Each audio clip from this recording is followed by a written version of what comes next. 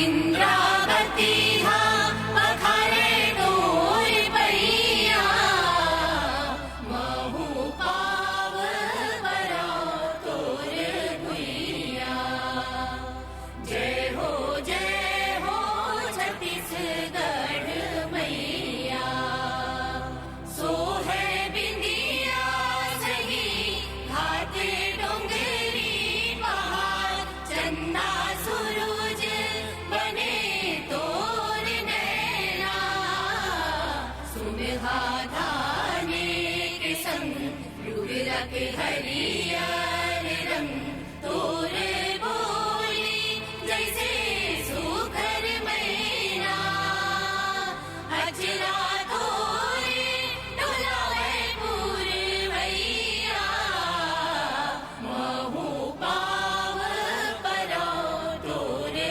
भुइया जय हो छत्तीसगढ़ मैया। Thank you all. Kindly take your seats.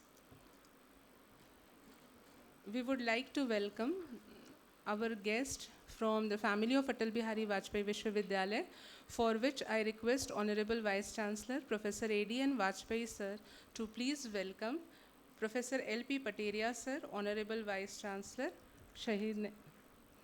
to welcome Chief Guest of today's function, Honorable Shri S. Bharati Dasan, IAS, Honorable Secretary, Higher Education Department, Chhattisgarh. Welcome, sir.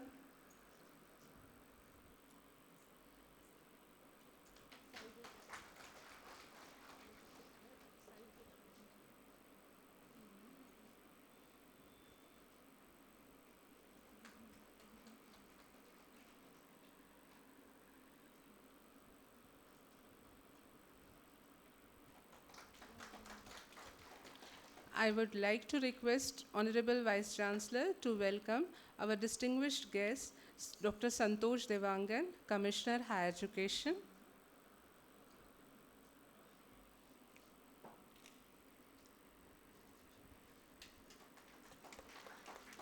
Welcome, sir.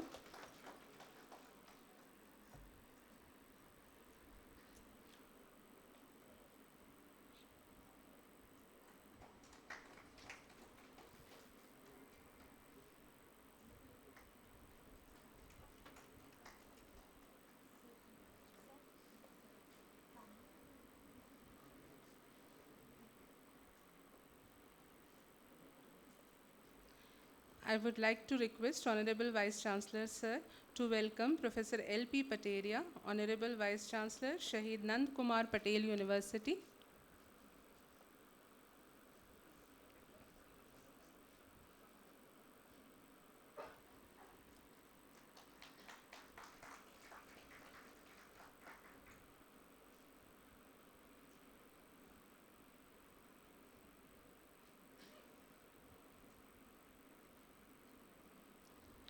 I request Honorable Vice Chancellor sir to welcome Professor Sanjay Tiwari, Honorable Vice Chancellor, Hemchand Yadav University.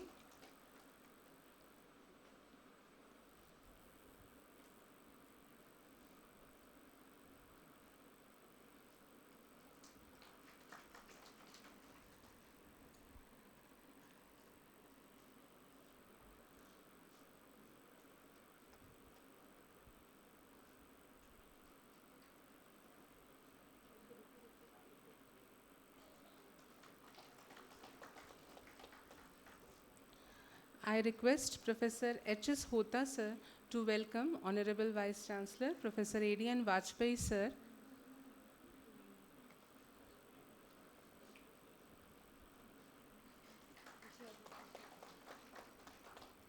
I request Dr. Sumona Bhattacharya to welcome Registrar sir.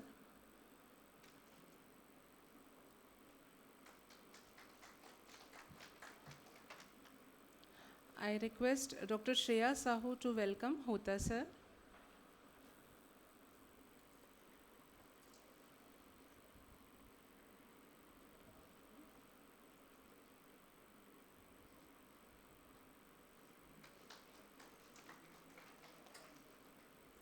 We also have some eminent personalities of the dais. We would like to welcome Professor Ghansham sir from Raipur, Higher Education. I request Neha Rathia madam to please welcome G. Ghansham sir, Joint Director, Higher Education.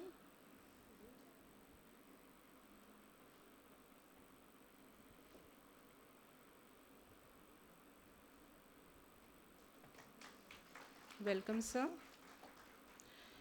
I request Dr. Shreya Sahu madam to welcome Professor D.K. Srivastav sir, OSD, New Education Policy, Higher Education, Raipur.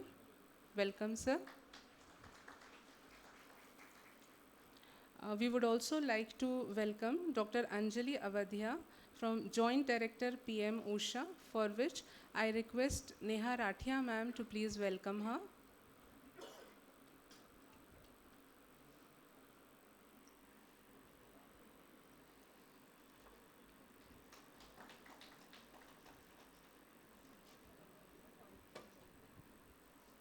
Thank you, ma'am.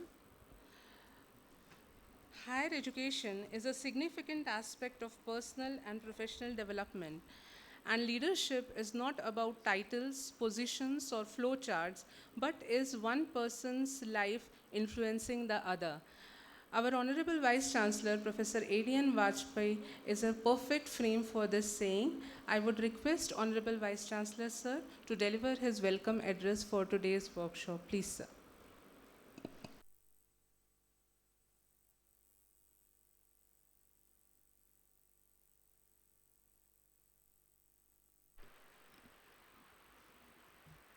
आज के कार्यक्रम के अत्यंत सम्मानीय मुख्य अतिथि, जिनके मार्गदर्शन में पूरे उच्च शिक्षा का कार्यक्रम पूरे प्रदेश में चल रहा है, ऐसे श्री एस भारतीदासन जी, मैं आपका पूरे विश्वविद्यालय परिवार की ओर से स्वागत करता हूँ, अभिनंदन करता हूँ।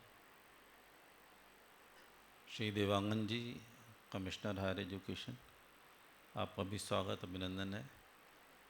मंच पर उपस्थित हमारे दो कुलपति मित्र, professor L P Pateria ji and professor Sanjay Tiwari ji, आपका भी स्वागत अभिनंदन है। हमारे यहाँ के dean students welfare, dean faculty of sciences, इस पूरे कार्यक्रम को बनाने में जिनकी बहुत बड़ी भूमिका रही है, ऐसे प्रोफेसर एच एस होता जी, शैलेंद्र दुबे रजिस्ट्रार, सम्मुख उपस्थित प्रोफेसर घनश्याम, प्रोफेसर डी के श्रीवास्तव जी, मैडम अवध्या, जो कि पूरे राष्ट्रीय शिक्षा नीति को भी लागू करने में जिनका बहुत बड़ा योगदान रहा है। मैं आपका भी विश्वविद्यालय की ओर से, आप विश्वविद्यालय के हैं, विश्वविद्यालय में हैं, आपका स्वागत अभिनंदन है। हमारे बीच में एडिशनल डायरेक्टर पी के पांडे जी, श्यामला निराला जी, यू के श्रीवास्तव जी, स्वदेश शर्मा जी, शोभित वाजपेयी जी, और बहुत सारे जो लीड कॉलेजेस से प्रिंसिपल्स यहाँ पे आए हुए हैं पूरे प्रदेश से, मैं उनका भी स्वागत अभिनंदन करता हूँ। आज इस कार्यक्रम में भंडारी जी, आप आगे आ जाइए, पीछे के बैठे हो। हमारे विश्वविद्यालय के आचार्यगण, अधिकारी, कर्मचारी भी इकट्ठे हुए, मैं आपका भी स्वागत अभिनंदन करता हूँ। इस पूरे कार्यक्रम को बनाने में जिनकी प्रमुख भूमिका रही है, एच एस होता जी, सुमोना भट्टाचार्य, हमारी जो IQAC और कैंपस प्लेसमेंट सेल है जिसमें हामिद अब्दुल्ला जी, हैरी जॉर्ज और भी सब जुड़े हैं, मिस्टर अंकुश शुक्ला, इन सबको मैं धन्यवाद देना चाहता हूँ। अभी जब आदरणीय भारतीदासन जी आ रहे थे, कहते लगभग 15 दिन पहले ही बातचीत हो रही थी, तो मैंने ब्रेन कंप्यूटर से पूछा कि किस तारीख एग्जैक्टली हम लोग मिले थे। My brain computer told me that it is 28 मई, 28 मई को हम लोग मिले थे, बातचीत हुई थी, और आज 27 जून है, एग्जैक्टली 1 महीना हुआ है। 1 महीने बाद वहीं पर ही चर्चा हुई थी कि हम राष्ट्रीय शिक्षा नीति तो हम लागू कर रहे हैं, राष्ट्रीय शिक्षा नीति के माध्यम से गुणवत्ता पर हम जोर भी दे रहे हैं। हम चाह भी रहे हैं कि विद्यार्थी जो है वो इन्वॉल्व होकर के, इंटीग्रेट होकर के, पार्टिसिपेट होकर के अपनी डिग्री को प्राप्त करें।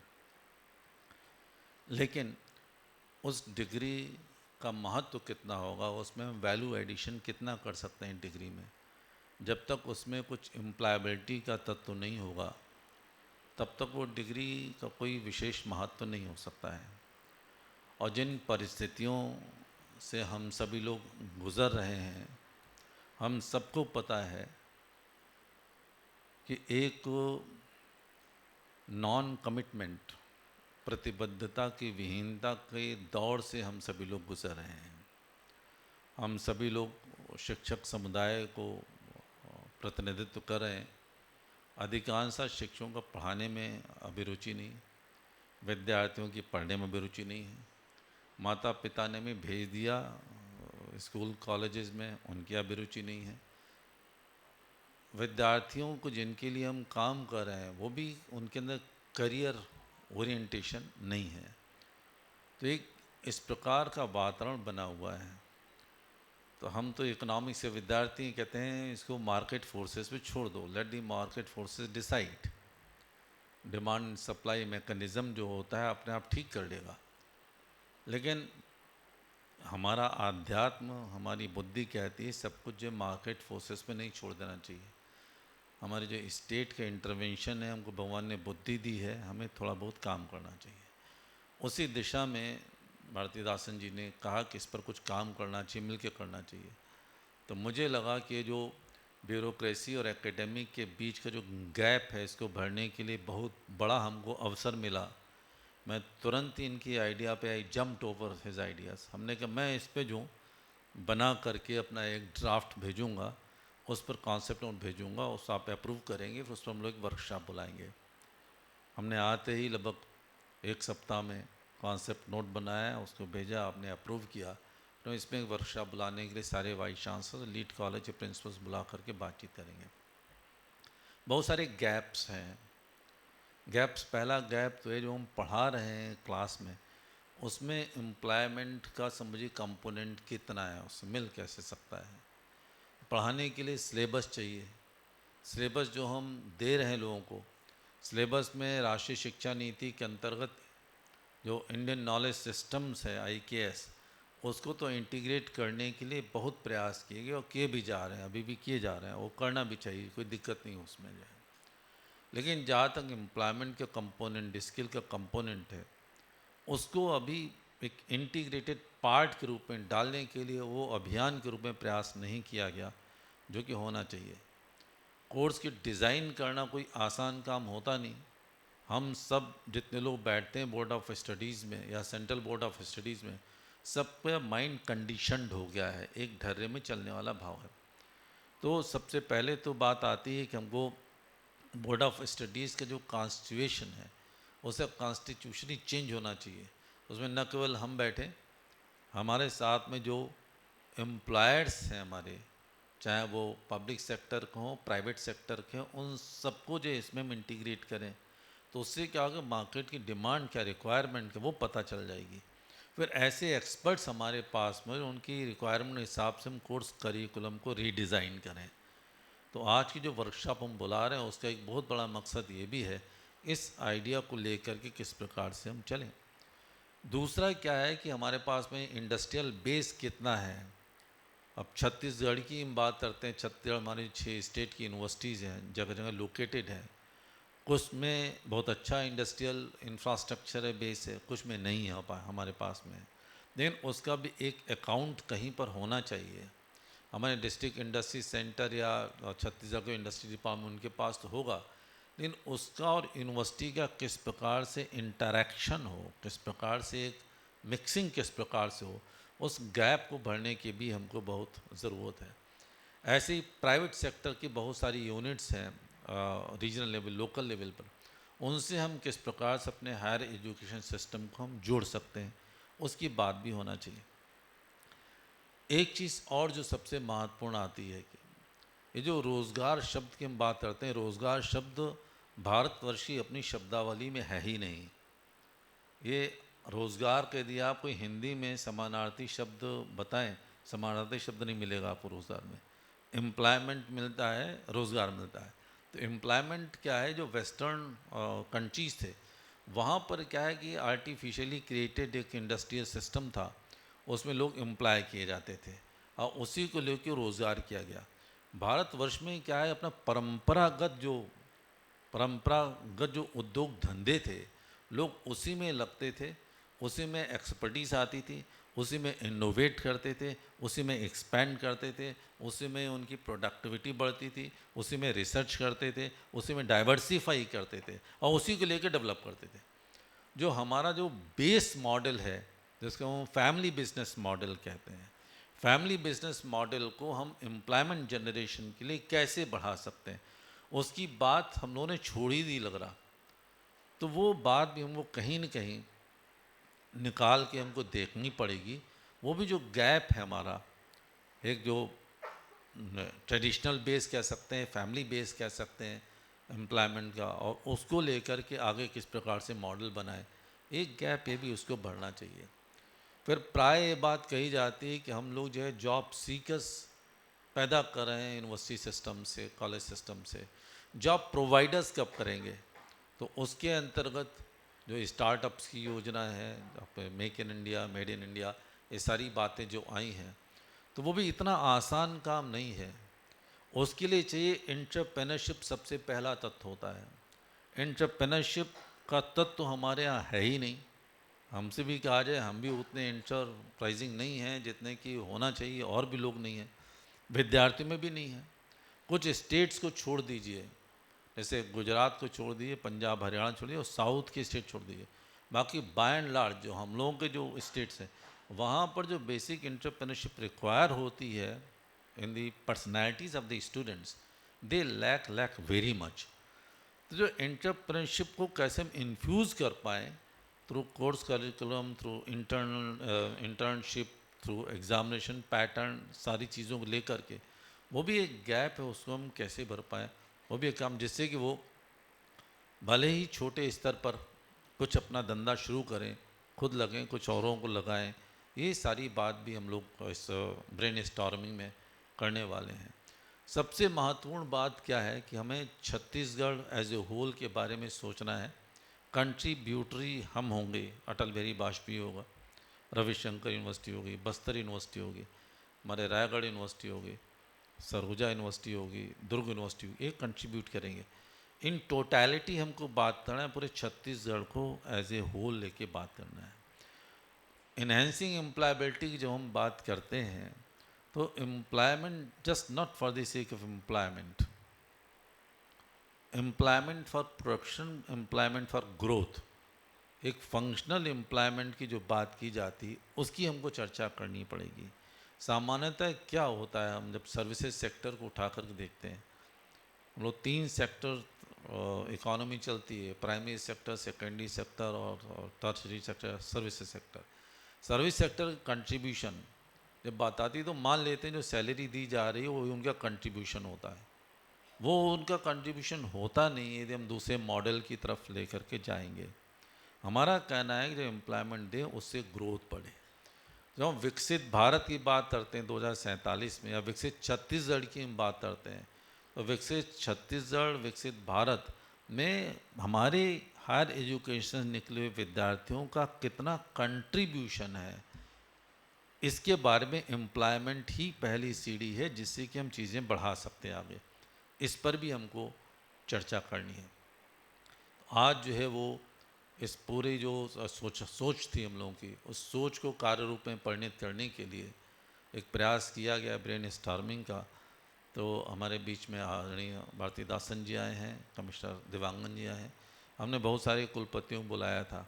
हमने सोचा ये था कि एग्रीकल्चर का हमारा बेस है, तो एग्रीकल्चर सारी यूनिवर्सिटी बुलाया था, तो कुछ की तबीयत ख़राब हो गई, कुछ हो गया, बाकी भी कहीं कोई समस्याएं चल रही हैं।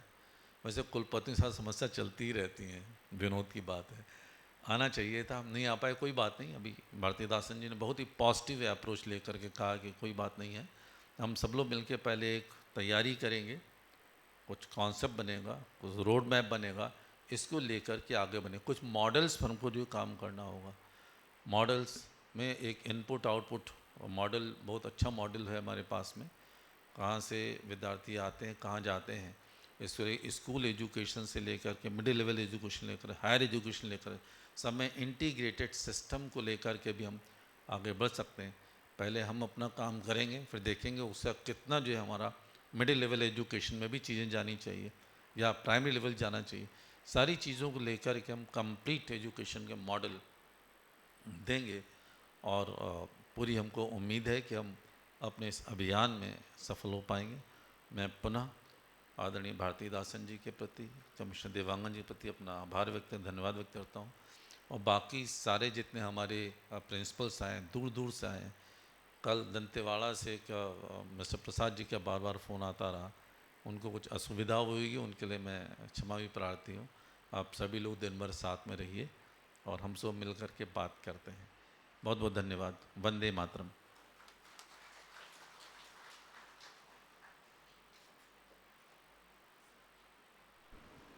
Thank you, Honorable Sir, for your valuable guidance and thoughts regarding the brainstorming workshop and its agenda.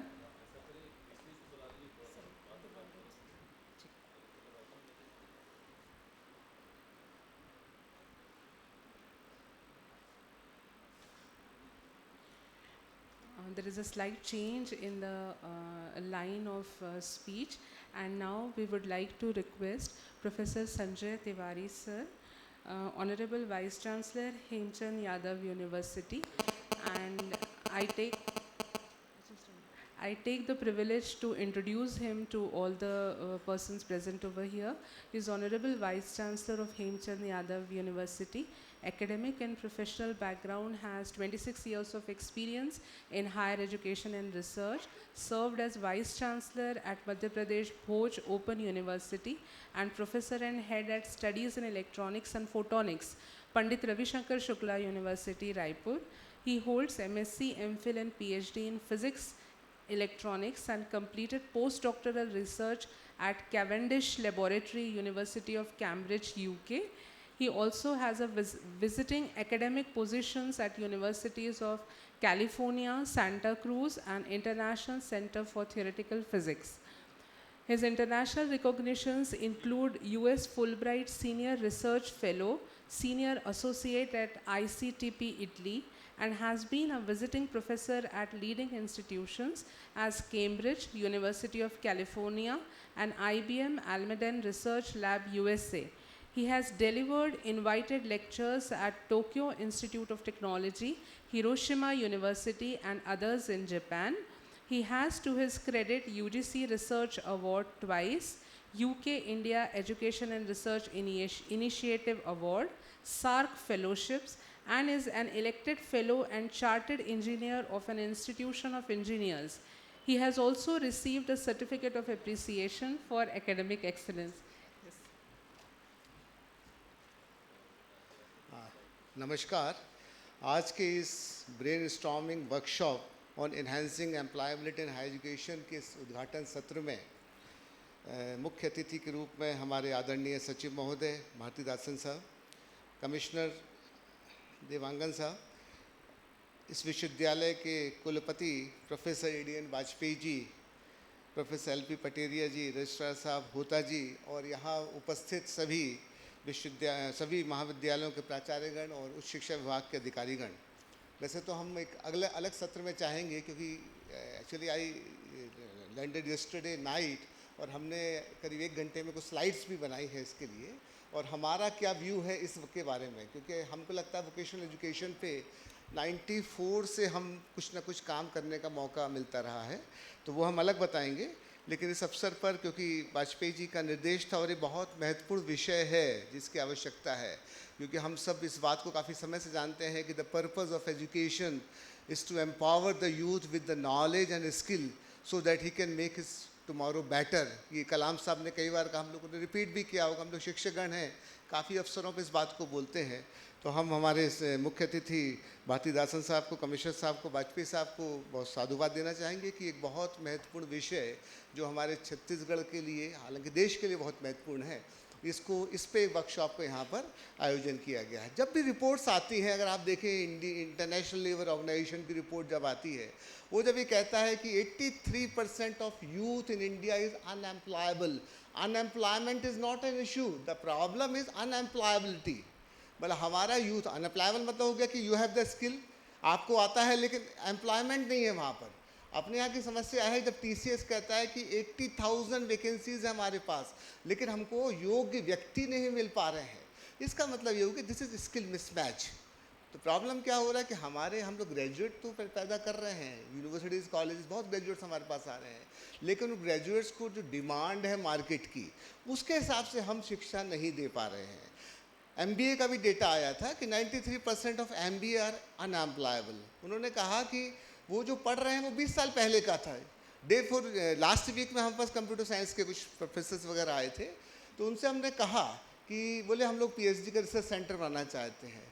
तो हमने कहा आपने करिकुलम में कुछ चेंज किया गया। हमने कहा अभी हम बहुत जल्दी ही Apple authorised training centre for education है, उनसे हमारी बात हुई है, क्योंकि हमने कहा कि जब एप्पल का जैसे ही अनाउंसमेंट हुआ कि अभी हम 20% प्रोडक्ट्स इंडिया में बना रहे हैं और बहुत जल्दी हम 100% नहीं बनाएंगे, इसका मतलब उसमें जॉब्स काफ़ी आएंगे। तो हमने कहा उसको देखते हुए हमने एप्पल से कांटेक्ट किया। उन्होंने कहा वी विल नॉट चार्ज, हमको खाली आप स्पेस देंगे और आप जो भी हमारे एप्पल के इक्विपमेंट्स वगैरह लगेंगे, मैक वगैरह वो ले लेंगे, और स्विफ्ट लैंग्वेज हम लोग सिखाएंगे पहले। तो हमने अपने प्रोफेसर से पूछा वहाँ जो कॉलेजेस से आए थे कि आप ये बताइए कि डिमांड अगर स्विफ्ट की है, डिमांड अगर गो की है, डिमांड अगर पाइथन की है, तो हम क्यों केवल सी पे अटक के रह गए हैं। इसका मतलब जैसे वाजपेयी साहब ने भी कहा कि आवश्यकता ये है कि जो मार्केट चाह रहा है, यही स्किल मिसमैच है कि what we are teaching and what the industry wants. तो जो स्किल मिसमैच हो रहा है, इंडस्ट्री की जो डिमांड है वो हमको लगता है कि हमारा जो करिकुलम है, जो हम लोग सिलेबस यहाँ पर बना रहे हैं, वो नहीं दे पा रहे हैं। जब ये बात सुनते हैं कि मार्क ज़करबर्ग जो है वहाँ MBA की क्लासेस लेता है, हमारे यहाँ एंटरप्रेन्योरशिप कौन सिखाता है? हम सिखाते हैं, क्योंकि हम हमेशा कहते हैं the problem is with the faculty and the facility. एक बड़ा इशू ये भी है, हमारी फैकल्टी इंडस्ट्री में कभी नहीं गई है, लेकिन वो फिर एक पूरा वर्चुअल हो जाता है कि वह इंडस्ट्री में ये होता है। तो इंडस्ट्री पार्टनर, हमको ध्यान है कि बोर्ड ऑफ स्टडीज़ के सर ने कहा काफ़ी पहले से था कि industry person should be in the board of studies. हमको नहीं लगता कितनी जगह पर होगा। तो हम अगर मार्केट सर्वे करते हैं कि मार्केट में डिमांड किसकी है, तो उसके बेसिस पे हमको लगता है ये काम किया जा सकता है। Day for yesterday I was at Patanjali, तो हम वहाँ खड़े होकर सोच रहे थे ये कि एक व्यक्ति ने आयुर्वेद को, योग को लेकर शुरू किया था, आज इतना बड़ा साम्राज्य खड़ा कर लिया है कि वो हर क्षेत्र में काम कर, केवल आयुर्वेद योग नहीं है, वहाँ पर वो आपने देखा फूड प्रोडक्ट्स सारे वहाँ पर आ गए, आपके बाकी आपने देखा सभी प्रकार के जो ब्यूटी प्रोडक्ट्स हैं वो भी वो लोग लेके आ गए। इसके अलावा वो सोलर एनर्जी में काम कर रहे हैं। उसके बाद जो उन्होंने ERP ICT में जो काम किया है, उनके बनाए हुए ERP जो है वो अमूल भी यूज़ कर रहा है, संसद भी यूज़ कर रहा है, जो है कि किस प्रकार से इन्वेंट्री को हम अपडेट करें, क्योंकि 15 लाख कर्मचारी, 15 लाख एम्प्लॉइज़ हैं उनके पास में। तो परसों हमने उनके साथ MOU किया और हमने कहा कि हमारा छत्तीसगढ़ जो है, क्योंकि उनके मैप में छत्तीसगढ़ नहीं था अभी तक, हमने देखा कि MP जो है 1000 वेलनेस सेंटर खोलने जा रहा है। तो हमने कहा छत्तीसगढ़ से हमने उनसे बताया कि आपने जड़ी बूटियों में बहुत काम किया है, बहुत यहाँ पर काम होता है, छत्तीसगढ़ आइए तो आपको और जड़ी बूटियाँ वो मिलेंगी जो आप लोगों को अभी तक हिमालय में भी नहीं मिली होंगी। तो दे वर वेरी हैप्पी। उन्होंने कहा छत्तीसगढ़ में आपके साथ हर्बल मेडिसिन पे भी इस पे काम करना चाहेंगे। तो हमको लगता है जो डिमांड है, मार्केट जो चाह रहा है, अगर उस पर हम काम नहीं करेंगे तो हम केवल डिग्री बांटते जाएंगे। और एक प्रॉब्लम यहाँ पर ये आ रही है कि अब जो अनएम्प्लॉयमेंट बढ़ रहा है, तो पहला कारण तो हो गया अनएम्प्लॉयबिलिटी का कि स्किल मिसमैच, स्किल उसके पास नहीं है, ना उसके पास टेक्निकल स्किल है, ना प्रेजेंटेशन स्किल, ना कम्युनिकेटिव स्किल है, ना डिजिटल स्किल है। और सारा प्रॉब्लम का एक कारण हमको लगता है इंडस्ट्री 4 स्टैंडर्ड्स। अभी जो इंडस्ट्रियल रेवोल्यूशन, 4th रेवोल्यूशन आया है, उसने डिजिटल ट्रांसफॉर्मेशन कर दिया है सर्विस सेक्टर का, आपके मैन्युफैक्चरिंग सेक्टर का, आपके स्मार्ट जो भी काम आप कर रहे हैं उसके अंदर। और जब ये डेटा आता है कि आज भी हमारे 40% यूथ जो है वो केवल कंप्यूटर स्किल्स को जानते हैं और 2.5% ऐसे जो केवल पाइथन जानते हैं। पाइथन जो लैंग्वेज की डिमांड है उसमें हमारे पास नहीं है। तो हमको कई बार लगता है कि जो मार्केट मांग रहा है, तो वैसा अगर हम करिकुलर को रिवाइज करते हैं तो ये बहुत अच्छा रहेगा। तो इसी दिशा के अंदर हमने, दूसरा ये कि हम लोग जो अभी तक जो प्राइवेट पार्टनर्स हैं उनसे बहुत दूर भागते हैं। अरे हम वी आर गवर्नमेंट ऑर्गेनाइजेशन। हमें कहते हैं कि IIIT बेंगलोर जब उन्होंने नए कोर्सेज शुरू की AI/ML के, उन्होंने सीधा कोर्सेरा से कांटेक्ट किया कि कोर्सेरा के साथ मिलके करेंगे। तो हमको लगता है उससे भी हमको थोड़ा बाहर आना पड़ेगा और प्राइवेट पार्टनर्स को साथ में लेके चलना पड़ेगा। हम लोग प्रयास कर रहे हैं कि BCA आपका आर्टिफिशियल इंटेलिजेंस और मशीन लर्निंग के अंदर शुरू करने का, और क्लाउड कंप्यूटिंग के अंदर। तो जब हम देख रहे हैं कि डिमांड, क्योंकि हमारे यहाँ 34% बच्चे, एक हमारे देश की संख्या आती है कि 1 करोड़ हमारे ग्रेजुएट पैदा करते हैं, हम लोग जो प्रोड्यूस करते हैं, 34 आर्ट्स वाले हैं, 17% कॉमर्स वाले हैं। लेकिन हमारे जो अधिकांश जॉब्स हैं वो टेक्निकल जॉब्स हैं। ज़्यादातर जॉब्स को हम देखें टेक्निकल जॉब्स सबसे ज़्यादा है। इसलिए आपने देखा हो इंजीनियरिंग किसी भी बच्चा करता है, लेकिन वो कन्वर्ज होकर आईटी की ओर चला जाता है, कंप्यूटर साइंस की ओर चला जाता है। तो हमको लगता है जो भी डिमांड मार्केट के डिजिटल ट्रांसफॉर्मेशन आ चुका है, यूपीआई हम लोग यूज़ करते हैं। लेकिन हम बताइए कि छत्तीसगढ़ में किस कॉलेज ने, किस विश्वविद्यालय ने फिनटेक पे कोर्स शुरू किया? जब फिनटेक टेक्नोलॉजी का इतना डिमांड है, इतना आगे काम होना है, फिनटेक पे इसमें काम होना चाहिए। साइबर सिक्योरिटी के ऊपर, ब्लॉकचेन के ऊपर एक बहुत बड़ा स्टेटमेंट आया था। उसने कहा था कि in the 21st century we are going to witness progress of 20,000 years, not 100 years, and we will see the progress transformation in the field of robotics and drone technology. हमने भी भी ईरान वॉर के अंदर, Israel war के अंदर, तो वो एक टेक्नोलॉजी जिसमें बहुत काम होना है। इसके बाद एनर्जी सेक्टर है, वो कभी भी ख़त्म नहीं होगा, उसके अंदर काफ़ी काम किया जा सकता है। इसके अलावा जो है ब्लॉकचेन टेक्नोलॉजी, काफ़ी यूनिवर्सिटीज़ में काफ़ी पहले से मार्कशीट, डिग्री, इस सब में भी ब्लॉकचेन टेक्नोलॉजी यूज़ कर रही है। काफ़ी जगह ब्लॉकचेन का है। तो ये कुछ ऐसे फील्ड्स हैं जिसका हमको लगता है कि काम होने की आवश्यकता है। और ये फील्ड जब तक हम लेके नहीं आएंगे तब तक बच्चों को प्रॉपर जॉब, मतलब प्रॉब्लम ये है कि the job what they are getting is mismatch with their qualification, कि जो उन्होंने क्वालिफिकेशन अर्न की है उसके हिसाब से जॉब उनको नहीं मिल रहा है। और दूसरी बात क्या आ रही है कि जो लोग उनको जॉब में आ गए हैं, प्राइवेट अगर एमएनसीज में भी है, दूसरे प्राइवेट इंडस्ट्री के अंदर भी है, तो वो अप स्किल और रीस्किल नहीं कर रहे हैं। अप स्किल अगर वो करेंगे तब तो बने रहेंगे। जब ये डेटा कभी आता है तो उसमें बात ये आती है कि 34% हमारे एम्प्लॉयज़ कहते हैं कि we are satisfied with our job. अधिकांश का कहना ये है कि दे आर नॉट सेटिस्फाइड, क्योंकि उनको क्या होता है कि जो वो चाहते हैं, जो प्रमोशन, जो कुछ भी गवर्नमेंट सेक्टर फिर भी ठीक है, बाकी जगह दिक्कतें आती हैं। तो हमको लगता है कि जब तक अप स्किल नहीं करेंगे या वो जॉब, हमको ये भी देखना पड़ेगा, हम हमेशा अपने स्टूडेंट्स से कहते हैं कि don't go for low skill jobs, क्योंकि they will be taken away by the machine. AI के अंदर आप देखेंगे काफ़ी जॉब्स होंगे जिस प्रकार से अभी जो डेटा वगैरह आता है। तो हमको लगता है कि बच्चों को देखना पड़ेगा कि उस जॉब की ओर जाएँ that requires high entry barrier, high skill चाहिए, उस जॉब की ओर उसको जाना पड़ेगा। नहीं तो धीरे धीरे करके काफ़ी जॉब्स आर्टिफिशियल इंटेलिजेंस के उसमें निकल जाएंगे। तो कॉग्निटिव स्किल्स पर उनको काम करना चाहिए। तो हमने कल रात को बैठ के एक प्रेजेंटेशन भी बनाया था कि हम क्या सोचते हैं, क्योंकि 94 में when I was in college I start the computer maintenance program start किया था। बच्चों को वहाँ पर हमने कहा था कि कंपनीज जो होती हैं they sell the computer but they don't take liability of after sale service. तो हमने कहा ये अच्छा मौका है। ऐसे आप देखते जाएंगे तो उसके हिसाब से एएमसी वगैरह के हिसाब से भी बच्चों को उसमें काफ़ी अच्छी अपॉर्चुनिटी मिली थी। सोलर के अंदर छत्तीसगढ़ में इतनी गर्मी पड़ती है, 300 दिन सूरज हमारे सामने रहता है। एनर्जी में हम एक्सेस एनर्जी कोल से कर रहे हैं।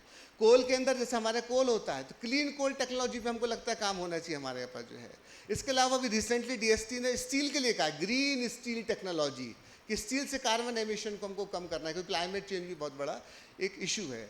तो हम लोगों ने अभी हेमचंद विश्वविद्यालय के अंदर भी कुछ शोधपीठ बनाई है, उसमें क्लाइमेट चेंज के ऊपर भी शोधपीठ प्रस्तावित उसके अंदर की है। राज्य शासन को उसका प्रस्ताव भेजा हुआ है। और जो नए नए फील्ड्स हैं एआई एमएल का, क्योंकि ये programs I had already started, I also started in Bhuj university. उसके अंदर हमने स्टैम एमबीए भी शुरू किया था, फिनटेक भी किया था। और हमको लगता है इसके अंदर जॉब अपॉर्चुनिटीज़ काफ़ी हैं।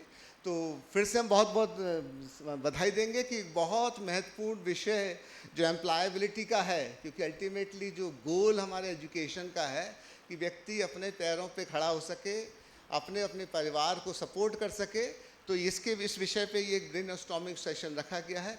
इसके लिए हम माननीय सचिव महोदय का, माननीय कुलपति जी का, कमिश्नर साहब का बहुत बहुत बधाई देते हैं कि ये हमारे राज्य की प्राथमिक आवश्यकता थी जिस पे वर्कशॉप हो रही है। धन्यवाद। Thank you, Honorable Sir, for your deliberation. I request Professor L.P. Pateria, Sir, Honorable Vice Chancellor Nand Kumar Patel University, to please deliver his lecture. He is an eminent professor and active researcher in the field of management, and he has over 32 years of academic and administrative experience and members of executive councils of Pandit Sundarlal Sharma and GGV University. Please, sir. Thank you. आज के एक दिवसीय brain storming workshop on enhancing employability in higher education के उद्घाटन सत्र में मुख्य अतिथि के रूप में उपस्थित आदरणीय भारती दासन साहब जी, उच्च शिक्षा के आयुक्त आदरणीय देवांगन जी, इस विश्वविद्यालय के माननीय कुलपति जी आदरणीय वाजपेयी सर, दुर्ग विश्वविद्यालय के माननीय कुलपति आदरणीय तिवारी जी, इस विश्वविद्यालय के IQAC के डायरेक्टर और डीन फैकल्टी ऑफ साइंस आदरणीय होता जी, विश्वविद्यालय के कुल सचिव आदरणीय शैलेंद्र दुबे जी, और हमारे सम्मुख बैठे हुए हैं सभी आदरणीय आचार्यगण, महाविद्यालयों के प्राचार्यगण एवं अन्य उपस्थित देवियों एवं सज्जनों। ये ब्रेन स्टॉर्मिंग सेशन है और ये समस्या बहुत दिनों से हम लोग भी विचार कर रहे थे, लेकिन हमारे सेक्रेटरी साहब ने जब इस पर अपने भाव प्रकट किए तो इस विश्वविद्यालय के सम्माननीय कुलपति जी ने लीड ली और ये एक कार्यशाला आयोजित की। जैसा अभी तिवारी जी ने कहा कि समस्या एम्प्लॉयमेंट की नहीं है, एम्प्लॉयबिलिटी की है।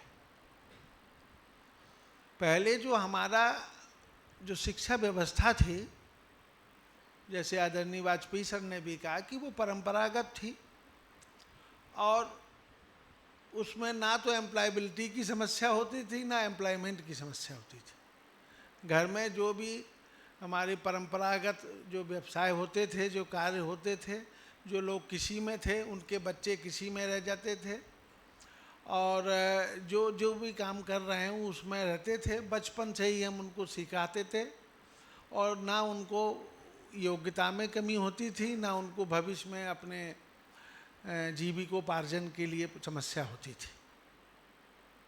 ये समस्या जो आई वो अंग्रेजी शिक्षा व्यवस्था के साथ आई और अंग्रेजी जो औद्योगिक क्रांति हुई और उसके कारण डाइवर्सिफिकेशन होने लगा बिजनेस का, जो हमारे परंपरागत व्यापार थे, जो जीविकोपार्जन के साधन थे, वो ख़त्म होते गए। और उसके बाद जो शिक्षा व्यवस्था में हमने क्या है कि प्योर साइंस एक तरफ करे, टेक्निकल एजुकेशन के लिए हमने इंजीनियरिंग कॉलेज खोले और अलग अलग जो भी टेक्निकल एजुकेशन थी, मेडिकल एजुकेशन थी, सबके अलग अलग खोले। तो हमने बिल्कुल उनको वाटर टाइट कंपार्टमेंट्स में कर दिया कि तुम इधर रहोगे, तुम इधर रहोगे। अब वो जो क्षेत्र हैं वो धीरे धीरे भरते गए, या हमने बहुत बगैर विचार किए बहुत सी संस्थाएं भी खोली। मैं मैनेजमेंट का प्रोफेसर हूँ। जब मैंने MBA किया उस समय बहुत गिने चुने जगह होते थे, हम जितने भी MBA निकलते थे सबको रोजगार मिल जाता था, काम मिल जाता था।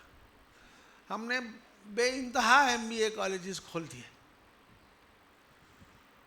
तो ये सब चीज़ें जो एम्प्लॉयबिलिटी की जो प्रॉब्लम आई, जो एम्प्लॉयमेंट की प्रॉब्लम आई, वो इन्हीं सब हमारी नीतियों में कुछ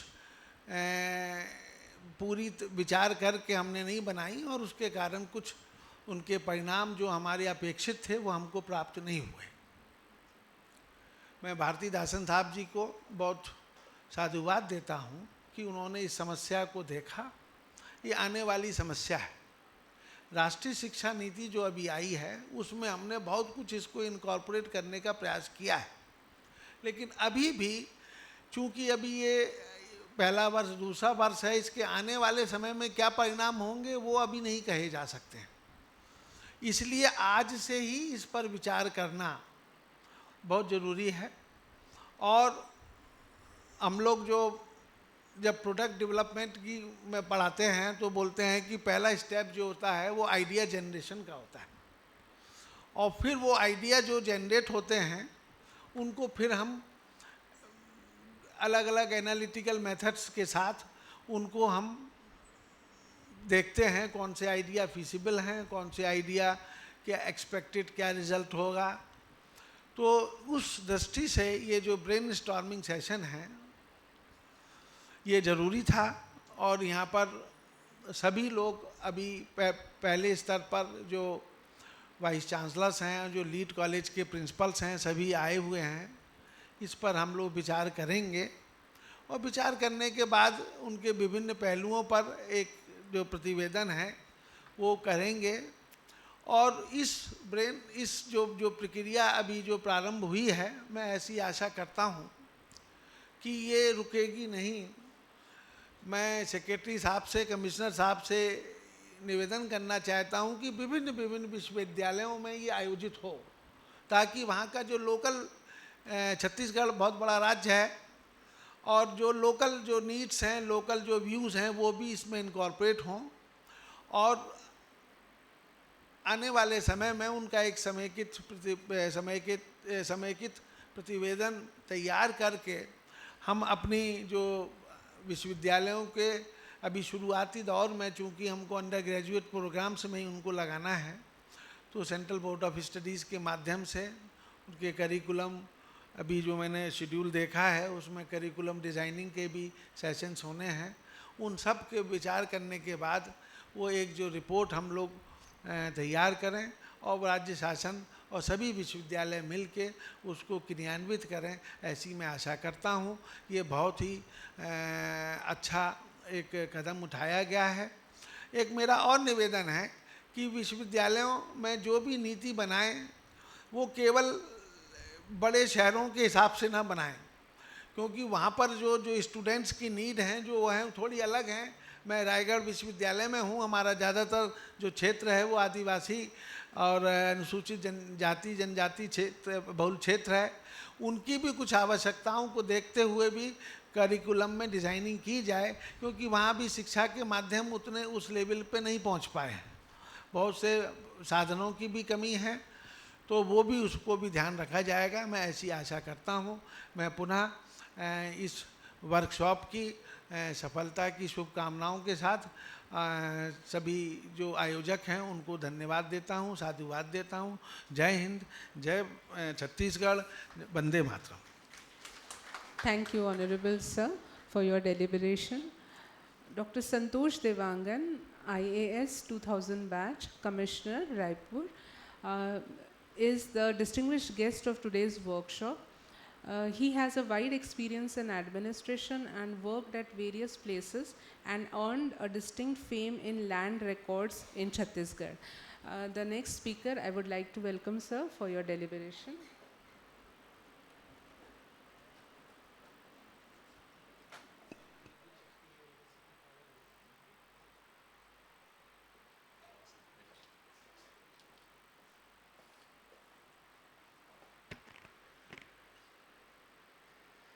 धन्यवाद सीमा मैडम। आज के इस कार्यक्रम में अटल बिहारी विश्वविद्यालय बिलासपुर के सम्मानजनक मंच में अति महत्वपूर्ण और समसामयिक विषय पर आयोजित इस कार्यक्रम में पधारे हमारे छत्तीसगढ़ राज्य के उच्च शिक्षा विभाग के सचिव डॉक्टर एस भारतीदासन सर, विश्वविद्यालय के माननीय कुलपति महोदय वाजपेयी सर, हमारे दो और अतिथि जो दुर्ग और रायगढ़ विश्वविद्यालय से पधारे हैं। यह दुर्लभ संयोग मैं मानता हूँ कि एक साथ तीन कुलपति एक जगह उपस्थित हैं। ब्रह्मा विष्णु महेश तीनों एक साथ हैं। जो विद्वत जन होते हैं एक साथ एक जगह कभी इकट्ठा नहीं होते, पर यह बिलासपुर की धरती का और इस विद्यालय का कौशल है। कुलपति महोदय का अपना विशेष संवाद है कि वो सबको अपने प्रेम से खींच लाए हैं। मैं भी चला आया जबकि मैं नहीं आना चाह रहा था।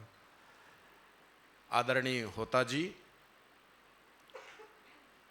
मेरे साथी अधिकारीगण doctor Ghanshyam, doctor Shrivastava, doctor Anjali Awadhiya, मेरे पुराने मित्र और साथीगण कमलेश जी, निराला सर, श्रीवास्तव जी, सुधीर जी, मुखर्जी सर, भंडारी जी, दीवान जी, सभी अन्य विद्वत जन जो पीजी कॉलेज से प्रिंसिपल के रूप में और नोडल के रूप में पधारे हैं, साथ ही सभी कर्मचारी बंधुओं, बढ़िया टॉपिक आज हमें डिस्कशन के लिए मिला है। एम्प्लॉयबिलिटी, एम्प्लॉय की एबिलिटी, एम्प्लॉयमेंट क्या है और उसकी एबिलिटी क्या हो, रोजगार और रोजगार के लिए योग्यता क्या हो। पहले तो ये कि हम रोजगार के लिए पात्र बने, पात्र बन जाते हैं, रोजगार मिल जाता है तो उसे बनाए भी रखें।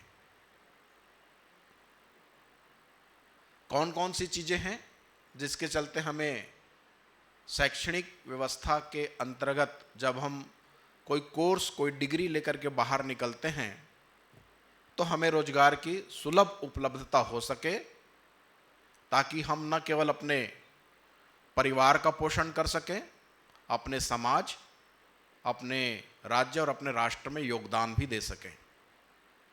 हर युवा की यह अपेक्षा होती है, आकांक्षा होती है कि after graduation, after PG, plain reading के पश्चात उसको एक बहुत अच्छा सम्मानजनक रोजगार मिल सके। आज के संदर्भ में यह बहुत कठिन है। सच्चाई को जब तक हम नहीं स्वीकारेंगे, महरूम होते रहेंगे। 3 चीजें मैं समझता हूं। एक है नॉलेज, उस पर्टिकुलर क्षेत्र का नॉलेज जिस क्षेत्र में आप रोजगार के लिए प्रयासरत हैं। दूसरा है आपका स्किल, आप किस तरह से निष्णात हैं, कौन से कौशलधारी हैं कि आपको वह रोजगार प्राप्त हो सके। आप हार्ड स्किल के हैं, आप सॉफ्ट स्किल के हैं, कौन सी योग्यता रखते हैं जिसके लिए आपको यह रोजगार प्रदान किया जा सके। तीसरा है आपका विजडम, आपका विवेक, आप किस तरह के गुणधर्म स्वयं में लेकर के चलते हैं। कॉलेज आपको एक शिक्षा देता है, संस्कार आपको स्वयं में डेवलप करने हैं। कार्यस्थल पे आपका व्यवहार कैसा हो, आप में कौन से गुणधर्म हो कि आप सबको टीम वर्क के रूप में लेकर के चल सकें। उस पर्टिकुलर संस्थान में जहां आप काम कर रहे हैं उसमें आप अपना सबसे बेहतर योगदान दे सकें। सर ने अभी, तिवारी सर ने बहुत एक अच्छी बात कही, मैं बड़े गौर से उनकी बात सुन रहा था। उन्होंने कहा, नियोक्ता कहता है कि उसके पास पर्याप्त मात्रा में रोजगार है, लेकिन रोजगार जिसे चाहिए, सीकर जो है वो कहता है कि रोजगार उपलब्ध नहीं है। सर आपकी ये बात बहुत अच्छी है, गौर करने लायक थी कि रोजगार तो है लेकिन उसके लिए योग्य अभ्यर्थी नहीं है। इसी गैप को पाटने के लिए आज हम यहाँ चिंतन करने के लिए उपस्थित हुए हैं कि जो रोजगार चाहता है और वो जो रोजगार प्रदान करता है, इन दोनों के बीच में जो गैप है, जो कौशल की या अन्य विधा की जो आवश्यकता है, उसकी प्रतिपूर्ति कैसे की जा सके। भारत के संदर्भ में जब हम बात करते हैं तो 2013-14 से लेकर के 23-24 के रेफरेंस में जब हम बात करें तो 17.19 करोड़ रोजगार उपलब्ध हुए हैं। 47.74 से लेकर के 64.19 तक हम बढ़े हैं। लेकिन जब रेफरेंस में हम बात करते हैं तो उत्तर प्रदेश, केरल, तमिलनाडु, पंजाब, यहाँ रोजगार की स्थिति बहुत अच्छी है, सुलभ है, स्किल्ड पर्सन है, लेकिन अन्यान्य राज्यों में दुर्गति है। वह अपने संभावित रोजगार को प्राप्त नहीं कर पा रहे हैं। शहरों में बेरोजगारी दर कम हुई है, ग्रामीण क्षेत्रों में बेरोजगारी दर की वृद्धि हुई है। अर्थात समग्र में हम तुलना करें तो हम बेरोजगारी दर बढ़ावा दे रहे हैं। आदरणीय कुलपति रायगढ़ पटरिया सर ने बहुत अच्छा कहा कि हम इतने सारे कॉलेज खोल रहे हैं, चाहे वह MBA के हो या अन्य के, कि उसमें केवल और केवल डिग्रीधारी निकल रहे हैं, कौशलधारी नहीं हैं। उनको परिवीक्षा में रखना होता है, उनको प्रशिक्षण देना होता है, उनको उस जॉब के लिए तैयार करना होता है। इसी में साल, 1.5 साल, 2 साल, 3 साल निकल जाता है। आप कल्पना करके देखिए, कोई उद्योगपति 10,000, 20,000 या कई लाख करोड़ इन्वेस्टमेंट करके कोई एक उद्योग स्थापित कर रहा है, वह किस लिए कर रहा है? प्रॉफिट के लिए, लाभ अर्जन के लिए। वह किनको रोजगार देगा? तो पर्टिकुलर उस काम के लिए। सर, मैं आपके बीच में 1 मिनट का शेयर करना चाहूँगा। अभी प्रशिक्षण के दौरान मुझे भारत की इकोनॉमी और मेराइन एक्सपोर्ट्स के संबंध में टॉपिक दिया गया था और 4 अलग अलग राज्यों का भ्रमण कराया गया। मैं गुजरात, गोवा, केरला और ओडिशा गया। मैंने मेराइन एक्सपोर्ट्स देखा, हमारे व्यापार की स्थिति देखी। वहाँ मैंने उड़ीसा में पाया IOCL में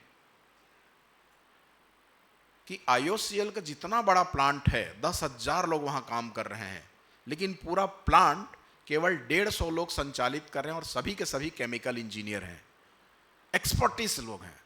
तो जब तक वो कोई केमिकल इंजीनियर ना हो उस प्लांट में, उसके लिए उस पर्टिकुलर रोजगार में कोई संभावना नहीं। सबसे बड़ा प्रॉफिटेबल हमारा PSU है और यह स्थिति है। तो इस गैप को हम कैसे दूर करें? कौन सी चीजें हम लेकर के आए? तिवारी सर ने कुछ एक एग्जाम्पल दिया, फिनटेक का, चैन ब्लॉक का, ब्लॉकचेन का उन्होंने एग्जाम्पल्स दिया। आपने एक बहुत अच्छा कंप्यूटर के लैंग्वेज की बात कही। मैं कहता हूं कि 2-3 लैंग्वेजेस और थी जो सर शायद समय के अभाव में नहीं बता पाए। कोबोल, पास्कल पुरानी लैंग्वेज हो गई, आज हम AI के युग में हैं। मैं देखता हूं चैट GPT में हम जैसे ही जाते हैं, हमारा सारा काम सट से चटपट कर देता है। तो इन फ्यूचर जो हमारे कंप्यूटर के ज्ञाता है, इनकी भी जॉब जाने वाली है, तब जब तक कि वो अपने आप को डे बाय डे अपडेट ना करें। आप और हम प्रतिदिन यदि जानकारी नहीं रखेंगे, स्वयं को अपडेट नहीं करेंगे, कभी 20-30 साल पहले यहाँ बैठे सारे प्रोफेसर्स लोग समझते होंगे कि आप पुस्तक से पढ़ करके ब्लैक बोर्ड में 40 मिनट का पीरियड लिया करते थे। लगभग अब NEP ने वह स्थिति बदल दी है। अब आपको ऑडियो वीडियो, नए नवाचार, PPTs के माध्यम से पढ़ाना बताना है। तो जो इस विधा को नहीं अपनाएगा, स्वयं को अपडेट नहीं करेगा, वर्तमान परिस्थितियों के साथ नहीं चलेगा, अपना विश्लेषण नहीं करेगा, जोखिम की क्षमता नहीं उठाएगा, नए क्षेत्रों में पदार्पण करने से हिचकेगा, निश्चित रूप से वह HMT घड़ी की तरह मार्केट से बाहर हो जाएगा। मैं हमारे कुलपति आचार्य महोदय की बातें सुन रहा था। इकोनॉमी पे उन्होंने बहुत बढ़िया प्राइमरी, सेकेंडरी और टर्सरी सेक्टर्स की बातें लेकर के बहुत सूक्ष्म रूप से हमको समझाने का प्रयास किया। मैं सर के रेफरेंस में ही बोलना चाहूँगा कि हमें आज के इस युग में प्रत्येक स्तर पे, चाहे आपका पद हो, चाहे मेरा पद हो या किसी और छोटे कर्मचारी का कोई छोटा पद हो, प्रत्येक दिन हमें अपडेट होना है, डे बाय डे अवज्ञ होना है। यदि हम उसके संबंध में जानकारी नहीं बढ़ाएंगे, एक समय था बैंकों से पैसा निकालने के लिए हमें आधा घंटा तक SBI के लाइन में लगना पड़ता था, वह टोकन देते थे, तब जा करके हमको पैसा मिलता था। आज की स्थिति संपूर्ण रूप से बदल गई है। आज हम झटपट अपने मोबाइल से बैंक, मैं पूछता हूँ, इतने सारे लोगों हैं यहाँ पे बैठे, इनमें से कितने लोग पिछले 2-3 महीने में बैंक गए होंगे? अधिकांश लोग नहीं गए होंगे। सारे लोग अपने मोबाइल से सब कुछ कर ले रहे हैं, पेमेंट हो जा रहा है, टिकट बुकिंग हो जा रही है, हम यात्रा का प्लान बना ले रहे हैं, हम होटल में बुकिंग कर ले रहे हैं, हम खाना मंगा ले रहे हैं, हम दिन प्रतिदिन बदल रहे हैं। जो लोग इससे अवज्ञ हैं, जो इस मार्केट को समझते हैं, वह आपके लिए एक नया अवसर सुलभ करा रहे हैं। यदि आप उसके लिए तैयार नहीं होते हैं तो निश्चित रूप से वो अवसर आपके हाथ से जाएगा। रोजगार है लेकिन स्किल के साथ, बेरोजगारी है केवल प्लेन स्तर पे। यदि आप सामान्य हैं, एक BCom, BA, BSc, BCA, MCA, MBA की डिग्री लेकर के आ जाएंगे तो आपको रोजगार बहुत कठिनाई से मिलेगा। मेरे बहुत सारे नए युवा साथियों से प्रतिदिन मैं मिलते रहता हूँ, वह MBA हैं, साथ में पता चलता है कि BTech या MTech भी हैं। तो ये डाइवर्जन क्यों? क्योंकि एजुकेशन डिग्री लेने के पश्चात उनके समझ में आया कि यह प्लेन डिग्री हम जिस रोजगार को चाहते हैं उसमें पाने में बाधक है। फिर वो एक कौशल की तरफ झुके, मुड़े, उन्होंने अपने आप को मॉडिफाइड किया, जोखिम लिया, नई योग्यता अर्जित की, तब जाकर के आज वह किसी न किसी रोजगार में सधे हुए हैं। मैं आज आप समझ के बीच इतना ही कहना चाहूँगा। मेरे से विद्वत जन इस कार्यक्रम में उपस्थित हैं, हमारे सचिव साहब हैं, आप उनको सुनने के लिए आतुर है। मैं अपनी वाणी को यही विराम देता हूँ। आप सब ने मुझे यहाँ बुलाया, उसके लिए मैं हृदय से आपका धन्यवाद ज्ञापित करता हूँ। बहुत बहुत धन्यवाद sir. Today's chief guest, Shri S. Bharti Dasan. I take the privilege of introducing him. He is IAS 2006 Secretary Higher Education, Skill Development, Technical Education, and he had held positions of Collector, District Magistrate at Surajpur, Janjgir, Chapa, Additional CEO Elections, Managing Director of several state-level corporations. He has been acknowledged for effective administration during COVID period. Please, sir.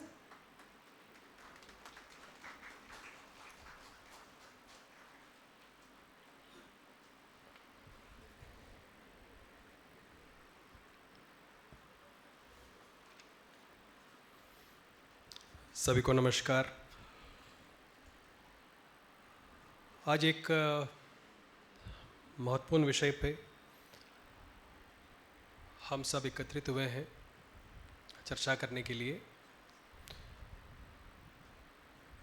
Enhancing employability in higher education. इस कार्यक्रम में मंच में उपस्थित doctor Santosh Dewangan, commissioner higher education, इस विश्वविद्यालय के सम्माननीय वाइस चांसलर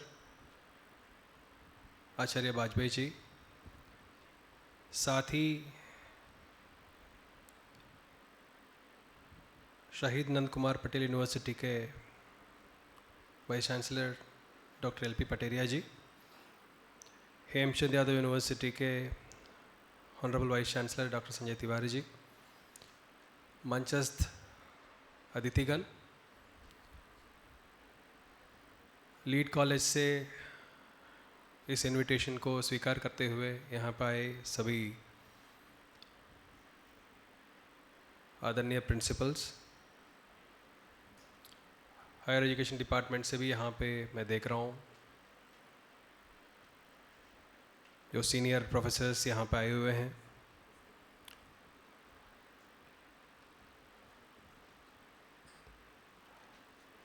आप सभी को पुनः नमस्कार। मेरे पूर्व वक्ताओं ने बहुत अच्छे तरीके से जो बातें यहाँ पे जो रखा है, कंटेक्स्ट क्या है, आज की जो रिक्वायरमेंट क्या है, डिमांड क्या है और हम कहाँ पर हैं, इन विषयों पे सभी सम्माननीय VC साहिबान और कमिश्नर हायर एजुकेशन अपने बातों को यहाँ पे एक तरफ चिंता भी है उनकी बातों में, दूसरा कुछ कर दिखाने की कुछ जज्बा भी है। तो मैं चाहूँगा ये जो एक दिवसीय जो कार्यशाला है, इस पे हम उन बातों पे चर्चा करें, हम कहाँ पे जो लैगिंग है, हमें आगे करना क्या चाहिए, और इसकी एक रूपरेखा बना लें, एक रोड मैप बना लें। देखिए, एक बात जो सर्वविदित है, nothing is permanent except change. या दूसरी बात, दूसरी जो इस पे करें तो the only constant in life is change.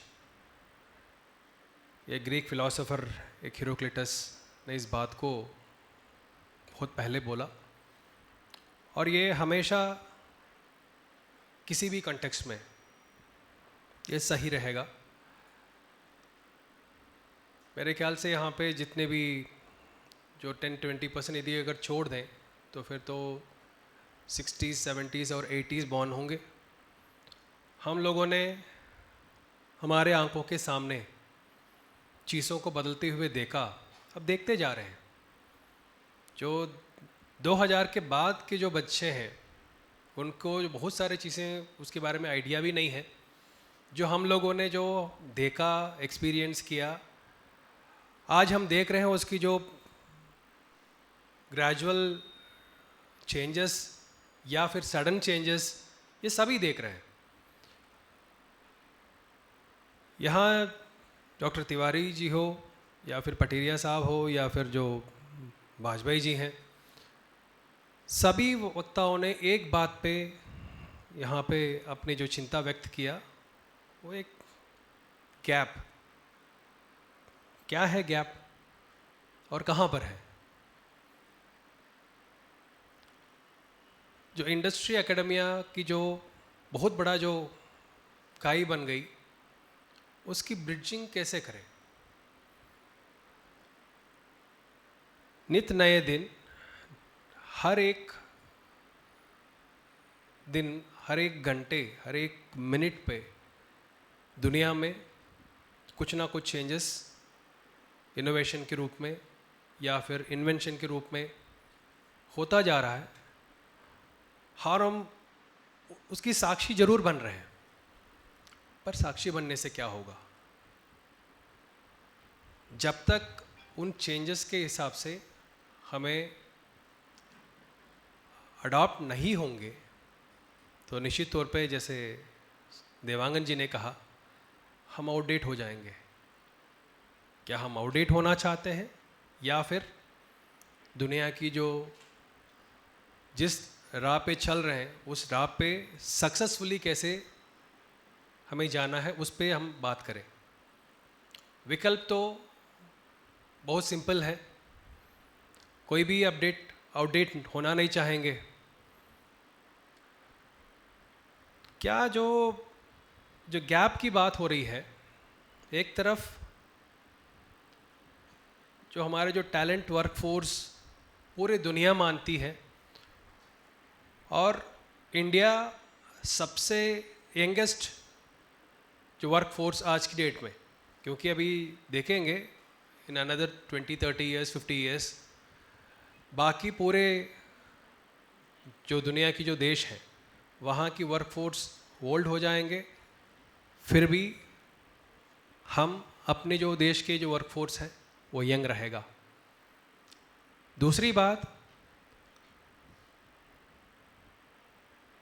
माननीय प्रधानमंत्री जी की जो बात को गौर करें या फिर हमारे जो माननीय मुख्यमंत्री जी की बात की गौर करें, सब एक ही बात पे, स्किलिंग पे हमेशा बातें किसी भी मौके पे सुनने के लिए मिलेगा आपको।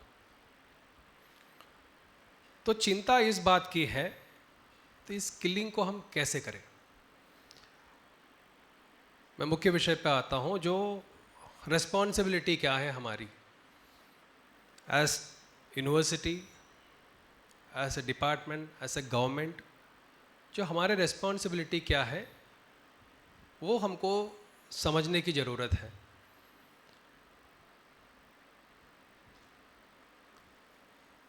क्या हम लोग एक फैक्ट्री की तरह ग्रेजुएट्स बनाते जाएंगे और उस मतलब ऐसे जो संख्यात्मक जानकारी में जाएंगे तो फिर थोड़ा सा आश्चर्यजनक भी होगा। तो हर वर्ष लाखों बच्चे ग्रेजुएट होकर निकल रहे हैं। उन बच्चों के लिए ऑप्शंस क्या है, जो कैरियर ऑप्शंस क्या है? एक ज़माना था केवल किताबी ज्ञान से आपको सब कुछ मिल जाता है। आप एक डिग्री आप ले लो और उसके बाद कहीं ना कहीं खास करके सरकारी में नौकरी मिल जाती थी। क्या हम आज उस स्थिति में हैं? नहीं है। जो बच्चे खास करके जो छत्तीसगढ़ के बच्चे कठिन परिस्थितियों से गुजरते हुए कॉलेज तक पहुंचते हैं, I am not talking about जो शहर की जो कॉलेज हैं उसकी बात नहीं कर रहा हूँ मैं। छत्तीसगढ़ की यदि अगर पूरा जोग्राफ़ी देखेंगे, कहीं पहाड़ है, कहीं नदियाँ हैं, और इन चीज़ों को पार करते हुए बच्चे अपने जो स्कूली शिक्षा पूरा करते हैं, उसके बाद और मेहनत करने के बाद कॉलेज तक पहुंचते हैं। उन बच्चों को हम जस्टिस कर पा रहे हैं कि नहीं कर पा रहे हैं, ये हमें सोचने की आवश्यकता है। केवल उनको ग्रेजुएशन तक की सीमित रखना, कहीं ना कहीं हम अन्याय उनके साथ कर रहे हैं। क्योंकि मैं जो समझता हूँ जो शिक्षा संस्थान की जो मूल उद्देश्य, जिस तरह जो मार्केट चाहता है, मतलब आजकल तो सब कुछ कॉरपोरेट हो गया, कॉरपोरेट सोच आ गया मन में, सरकारी उपक्रम और सरकारी जो कार्यक्रम कॉरपोरेट की तरह चलने लगा। लोग ये कह रहे हैं जो आप 8 घंटे नहीं 18 घंटे काम करें ताकि एक सक्सेस की जो रास्ता पे हम चल सकें। तो क्या हम लोग उन बच्चों को ऐसे राह दिखाने के लिए जो सक्षम बना पाए हैं अपने सिस्टम को? ये इस कार्यशाला पे अगर चर्चा होगी तो बहुत अच्छा रहेगा। बच्चों को क्या सिखाएंगे? 31-32 के आसपास हम डिग्री चला रहे हैं सभी यूनिवर्सिटी मिला के। हर एक जो कोर्सेस का कुछ ना कुछ तो होगा। मैं अभी यहाँ पे जो लिस्ट जो बाद में जो चर्चा होगी तो उसमें बात भी करेंगे उस संबंध में। जैसे जो कला संकाय के जो बच्चे हैं उनकी जो आगे की ऑप्शंस क्या है, जो टेक्निकल साइंस वहाँ के जो संकाय के बच्चे हैं उनकी जो ऑप्शंस अवेलेबल क्या है। जो कैरियर काउंसलिंग हम लोग 10वीं के बाद हम करते हैं, 12वीं के बाद करते हैं, उसके बाद हम छोड़ देते हैं। वो कैरियर काउंसलिंग जो जिस तरीके से होना चाहिए वैसे नहीं हो पा रही है। एक बहुत बड़ा रीज़न है, हम ये जो गैप की हम बात कर रहे हैं तो गैप को हम ब्रिज नहीं कर पा रहे हैं। जो पहले जो मैंने बताया, जो बहुत बड़ा जो एक तरफ टैलेंट वर्कफोर्स है, दूसरे तरफ जिससे भी पूछे, अभी जो तिवारी जी ने भी कहा, देवांगन जी ने भी कहा, आप इंडस्ट्रियलिस्ट से यदि अगर बात करेंगे या फिर कोई बहुत बड़े जो सॉफ्टवेयर कंसर्न से बात करेंगे या जिससे भी बात करेंगे तो वो यही बोलते हैं हमारे पास अपार संभावनाएं हैं, असीमित नौकरियां हमारे पास उपलब्ध हैं। तो फिर और एक तरफ हम लाखों करोड़ों बच्चों को हम ग्रेजुएट बना दिए हैं या फिर उनको हम सोचते हैं उनको सक्षम बना दिए। एक तरफ अपॉर्चुनिटीज़ इतना जो अधिक संख्या में अवेलेबल है मार्केट में, तो फिर ये कहाँ पे ये चूक हो रही है? Where do we lag? What qualities जो कैंडिडेट्स उनके पास नहीं है, जो अपने ही पढ़ाई लिखाई बेस्ड कोई कहीं नौकरी नहीं ले पा रहे हैं? ये अपने को बहुत सीरियसली देखना पड़ेगा, सोचना पड़ेगा। जैसे अभी एक जो संजीवनी के तौर पे जो NEP अभी हम लागू करके हम चला रहे हैं, उसके लिए मैं पूरे जो हायर एजुकेशन डिपार्टमेंट को मैं धन्यवाद और बधाइयाँ देना चाहूँगा। सभी यूनिवर्सिटी की VC साहिबान को मैं धन्यवाद देना चाहूँगा। बहुत कम समय में NEP का पूरा करिकुलम डिज़ाइन करके आई थिंक साल 2 साल के अंतराल में 1 साल की मेहनत पे उसको रोल आउट किया गया। बहुत अच्छी बात है। तो उस NEP के माध्यम से ही क्यों ना हम अपने ही जो सिस्टम जिस पे आप सॉफ्ट स्किल भी सिखाएं, एम्प्लॉयबिलिटी की जो बच्चों को तैयार करने के लिए, चाहे वो अन्य लैंग्वेजेस की अंग्रेजी हो या फिर और अन्य लैंग्वेजेस की जो एक्सपोजर उनको क्यों ना हो, एक इंडस्ट्री या फिर एक जो प्राइवेट इंडस्ट्री में या जगह पे जाके वो अपने आप को जो कैसे वो प्रेजेंट कर सकें बच्चे। नॉलेज है भरपूर, कहीं कोई दिक्कत नहीं है, पर उस नॉलेज को उस प्रॉपर जो कंटेक्स्ट पे कैसे यूज़ करें। क्या हम OGT पे बात करें, ऑन द जॉब ट्रेनिंग की बात करें, क्या हम इंटर्नशिप की बात करें? इतने सारे इंडस्ट्रीज़ है यहाँ पे। छत्तीसगढ़ में भी इंडस्ट्री की कोई कमी नहीं है। यहाँ पे चाहे वो रायपुर की बात करें, बिलासपुर की बात करें, दुर्ग की बात करें, कोरबा की बात करें, रायगढ़ की बात करें, जांजगीर चांपा की बात करें, ऐसे जो ज़िले हैं यहाँ पे इंडस्ट्री की कोई कमी नहीं है। और तरह तरह की इंडस्ट्री है, ऐसा भी नहीं है मतलब एक ही तरह की इंडस्ट्री है। सॉफ्टवेयर की यदि अगर बात करेंगे फिर रायपुर भिलाई में तो आपको तो सॉफ्टवेयर की इंडस्ट्री मिल जाएंगे। अगर सीमेंट फैक्ट्री की बात करें जो वहाँ पे रायगढ़ हो या बलौदा बाज़ार हो या फिर जांजगीर चांपा हो, वहाँ पे आपको सीमेंट फैक्ट्री मिल जाएंगे। आयरन एंड स्टील इंडस्ट्री की बात करें तो फिर तो मतलब एग्जाम्पल मैं यही बता रहा हूँ, जो हम एक तरफ तकनीकी जो ज्ञान है वो कैसे उनको दे पाए, दूसरे तरफ जो आर्ट्स एंड साइंस की जो बच्चे हैं उनको, जो बच्चे अपने ग्रेजुएशन के बाद अगर मास्टर्स करना चाहेंगे या फिर डॉक्टरेट करना चाहेंगे, उसके बाद वो टीचिंग प्रोफेशन में जाना चाहेंगे, फेयर इनफ, कोई दिक्कत नहीं। हमारा चिंता जो बच्चे अपने UG के बाद, अंडर ग्रेजुएशन के बाद कहीं नहीं जा पा रहे, उनके लिए क्या है? वो कौन सी, जो मैं पहले ही मैं कहा था, बहुत कठिन परिस्थितियों में वो बच्चे पढ़ने आते हैं। ग्रेजुएशन के बाद हो सकता है मान लो किसी ना किसी कारण वजह से वो अपना जो हायर स्टडीज़ पे नहीं जा पा रहे हैं, क्या उनका कोई दोष तो नहीं है? क्या हम उनके लिए कुछ प्लान नहीं करना चाहिए? तो इस पूरे जो वर्कशॉप, जैसे जो मैं वाजपेयी साहब को बहुत बहुत धन्यवाद देना चाहता हूँ, ऐसे ही जो जैसे वाजपेयी जी ने कहा, एक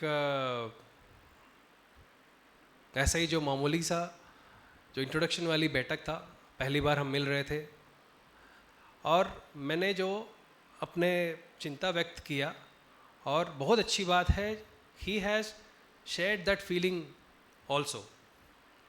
तुरंत उन्होंने कहा हाँ, ये कहीं ना कहीं ये वाली इस पे हमको विचार करना चाहिए, और विद इन अ मंथ हम यहाँ पे इस पर चर्चा करने के लिए बैठे हैं। तो मैं चाहूँगा ये चर्चा सार्थक हो और इससे कुछ आउटपुट यदि अगर निकल के अगर आ जाएगा तो फिर देन ये जो हम जो बातें कर रहे हैं, हम जो चिंता व्यक्त कर रहे हैं, उसका कोई जो फ़ायदा होगा। तो मैं और अधिक समय ना लेते हुए आप सभी आपकी एक्सपर्टाइज और आपकी जो मेहनत इस विषय पर रखें ताकि एक बहुत अच्छा रोड मैप हम बना सकें। और इसमें जैसे अभी रायगढ़ के वीसी साहब ने कहा, अलग अलग जहाँ पे इस तरह की जो वर्कशॉप किया जाना चाहिए, बिल्कुल करना चाहिए, क्योंकि जैसे मैंने कहा Chhattisgarh it's a bouquet of different opportunities I can say. एक तरफ जो पहाड़ है, एक तरफ जो इंडस्ट्री है, एक तरफ जो राइस मिलिंग की जो पूरा जो राइस की बेल्ट है, तो अलग अलग जगह के लिए अलग अलग जो अपॉर्चुनिटीज़ मिलेंगे उसको तलाशने की आवश्यकता है। इंडस्ट्री के साथ बहुत जो पॉजिटिव तरीके से इस बात को उनसे कैसे एक ही प्लेटफॉर्म में लाएं, वो सबसे इम्पोर्टेंट है। तो इंडस्ट्री भी चाहते हैं हम ऐसे जो वर्कफोर्स बना के दें उनको, ताकि वो अपने जो इंडस्ट्रीज़ में उनको नौकरी दे सकें। तो कुल मिला के ये यहाँ से ख़त्म ना हो, ये एक शुरुआत है। इस शुरुआत को हम इसको और पॉजिटिव तरीके से और बड़े लेवल पे कैसे लेके जाएं, इसका एक समय सीमा भी तय करने की ज़रूरत है। तो ज़्यादा मतलब इसको ना खींचते हुए मे बी लाइक 3 मंथ्स, 3 महीने 6 महीने के हिसाब से इसको एक प्रॉपर टाइमलाइन के साथ हम यदि अगर काम करेंगे तो फिर डेफिनेटली तो इसकी फ़ायदा अभी इस साल जो ग्रेजुएट होके जो निकलने वाले बच्चे हैं उन बच्चों को भी मिल सके, इतना ही आशा है मेरा। और पुनः एक बार जो होस्ट यूनिवर्सिटी हैं वहाँ की जो वाइस चांसलर साहब को बहुत बहुत धन्यवाद देता हूँ, बधाइयाँ देता हूँ। बाकी सभी को मेरे जो शुभकामनाएँ और एक बेहतर कल के लिए हम सब मिल के काम करेंगे तो फिर निश्चित तौर पे सबके लिए अच्छा रहेगा, खास करके हमारे जो प्रदेश के लिए अच्छा रहेगा। बहुत बहुत धन्यवाद इस मौके के लिए। जय हिंद, जय भारत, जय छत्तीसगढ़। आपका बहुत बहुत धन्यवाद sir. I invite doctor Ankur Shukla for presentation of concept note of this workshop.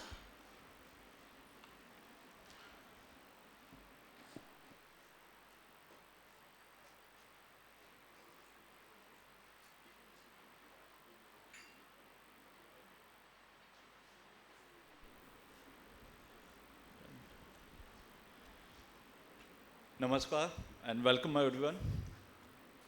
Today it's not just about another official meeting, it's about starting a movement. We are here not as passive listeners but as active thinkers, builders and believers in transformation. This is a Karma Bhumi where educators, administrators and youth experts come together to shape the next 20 years of higher education. Let me say it again. When mind meets, system moves. So let's start moving the system together.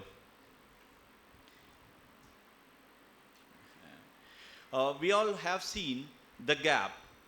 Students graduate but they don't get jobs, or worse, they are not confident enough to even apply.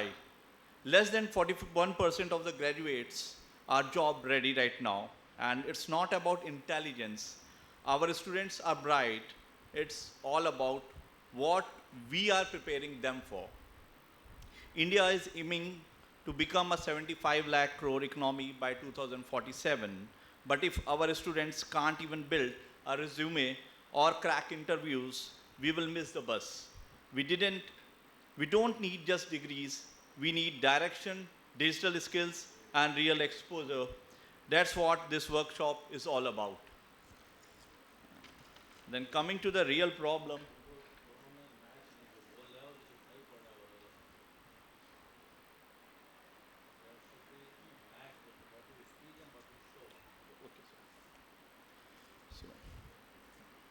the real problem that we are going to be on the employability gap. So if you'll see, less than 12% of the students get the internship and no career cells. Majorly if you'll see in the colleges, in the remote area, career cells are not there. Even the soft skills labs need to be there. student fear city life mostly. We have seen this. We are giving them the opportunity to get absorbed in the metro cities, and they are saying we are not ready for this offer. When we get deep into the facts, we got to know that they are not ready to go into the another cities. Hello. Hello. Yes. So student actually feed this city life, and also the family pressure that you have to be there. So majorly they deny the job offers when they have. Also the girls from the tribal regions, they don't want to move, and as students also, they don't want to leave their places. And coming to the next, employability is much more about the confidence. That's what I said. If you are confident enough to get into a job or to start up your own things, you will grab the opportunities that we are providing. But somewhere our students from this particular region are actually lacking into it.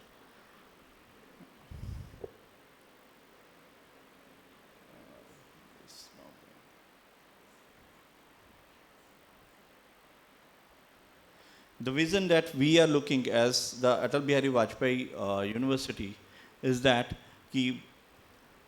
because this university represents the real India, rural, tribal, semi-urban, and full of potential and hungry for change, as we are based in a tribal region with over 125 affiliated colleges, ABVU can become the model for the entire country, a lighthouse that shows others how it's done. How we can drive it is to a pilot project with a PPP model, that is a public-private partnership model, and that we should introduce into the ecosystem. And through this, we are looking by 2047, 70% of the employability and 5,000 startups that we are actually looking. If we start now, we can reach this ballpark figure. NAP, NSDC, and our own CM's 3T vision aligned. If we can go through this, we can easily achieve these things. Coming further, we have seen there is, this is not, work nahi kar raha hai. It's work nahi kar raha hai. इसका एक slide है, इसको खुश रखो. Next time मैं आपको बताऊँ. So, when we are going deep into this, we have seen there is 5-point reform strategy that should come up. Next slide, Kana. So, curriculum innovation that we want. There is a mentorship model that should also come up, where we should align the professors or the other mentors to each and every students, and also to the community movement we should come into. And grassroots immersion, the rural feedback. What is happening right now, as VC sir also mentioned, we are not getting into our own family business and all. So what is the root cause of it? So if you'll go into it, we'll see from the tribal region, people may know about a particular, I will say, harvesting or culturing. These things they know. The farming they might know, but they are opting for some other course. Why? When they are good enough for something, they are already doing it, they should excel into it. So we should guide them into the same. Industry linkages that comes, that is the MOUs and sectoral labs we should set up.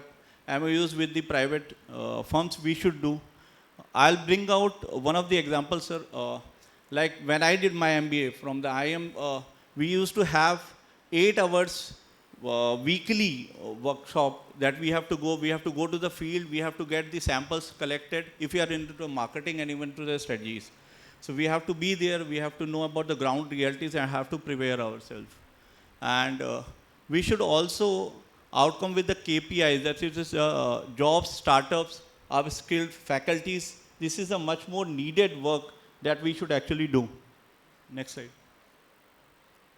So this is something on a pilot model, a pilot project we want to start up, like setting up the 10 employability cells over here, which will be equipped with the digital AI labs. At one of the example is for the Atal Bihari Vajpayee University over here, where we are looking forward to train around 750 students.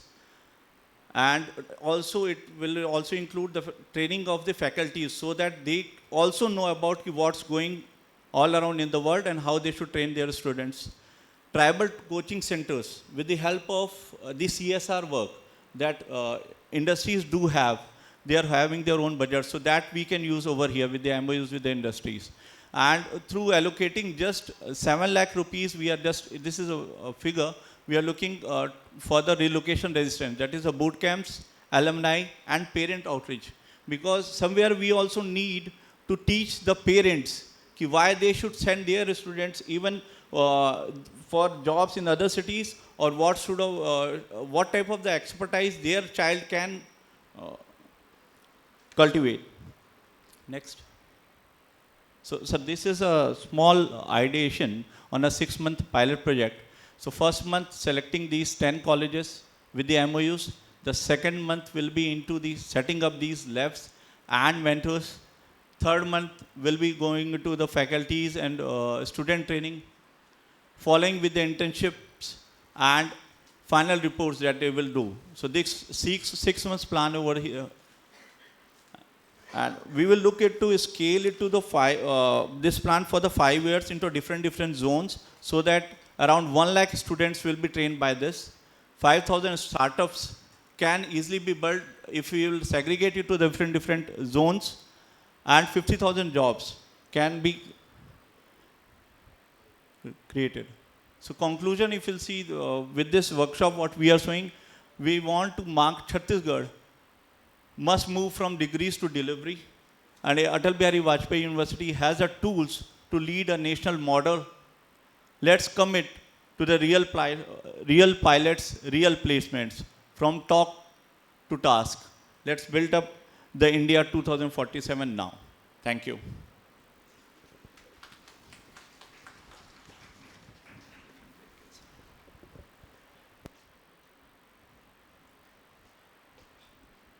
Thank you, Ankur, for the concept note. With this, we come to the end of the inaugural session of this one-day brainstorming workshop. And I would like to thank all the dignitaries on the dais, all the respected principals, faculty members, and representatives to be a part of this inaugural session. After this session, there is a lunch break, for which Ashutosh will guide all the principals to the venue of the lunch, and Dr. Sumuna will guide all the dignitaries for lunch. After which, we will have a discussion session in the ground floor. Thank you all for being a part. Thank you.